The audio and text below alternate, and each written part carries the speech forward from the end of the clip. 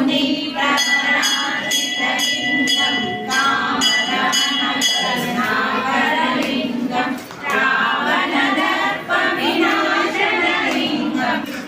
प्रणमामि सदा शिवलिङ्गम् सर्वसुगन्धसुलेपितलिङ्गं बुद्धिविवर्धनकारणलिङ्गं सिद्धसुरासुरवन्दितलिङ्गं प्रणमामि सदा शिवलिङ्गम्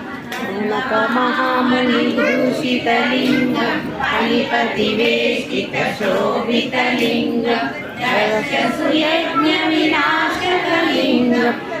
प्रणमामि सदा शिवलिङ्गम् कुङ्कुमचन्दनलेपितलिङ्गं पङ्कजहारसुशोभितलिङ्गं